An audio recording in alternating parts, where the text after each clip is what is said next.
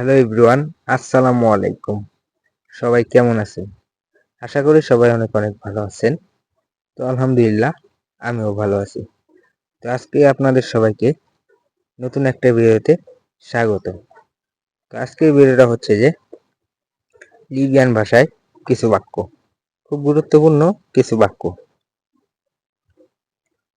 তো লিবিয়ানতে যারা প্রবাসী আছেন অথবা যারা যেতে ইচ্ছুক তাদের খুব উপকারে আসবে। তো যাদের খুব দরকার, খুব প্রয়োজন, তারা অবশ্যই ভিডিওটা সম্পূর্ণ মনোযোগ সহকারে শেষ পর্যন্ত দেখবেন।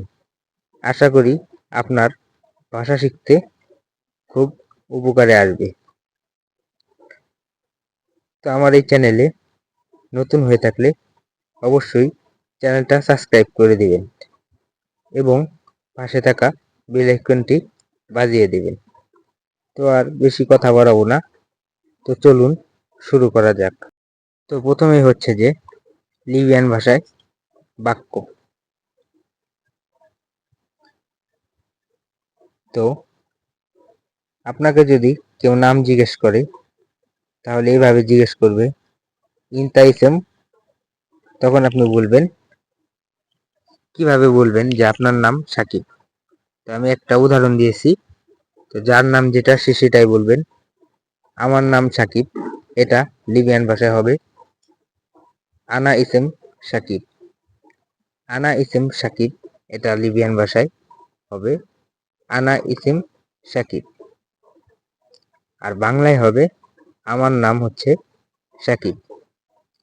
তো খুব গুরুত্বপূর্ণ, মানে আপনাকে কেউ বেশিরভাগ মানুষই জিজ্ঞেস করবে যে আপনার নাম কি। তো খুবই গুরুত্বপূর্ণ এই বাক্যটা, সবারই কাজে লাগবে। তো সবাই অবশ্যই খুব মনোযোগ সহকারে ভিডিওটা দেখবেন। আমার নাম সাকিব। তো এরপর হচ্ছে আরেকটি বাক্য। তারপর হচ্ছে যে নতুন একটি বাক্য। তো আমি এখন বাড়ি যাব, এটা আমরা লিবিয়ান ভাষাতে কিভাবে বলবো? আমি এখন বাড়ি যাব, এটা লিবিয়ান ভাষাতে আমরা বলবো আলহিন আনারোহ বেত। আলহিন আনারোহ বেত এর অর্থ হচ্ছে আমি এখন বাড়ি যাব।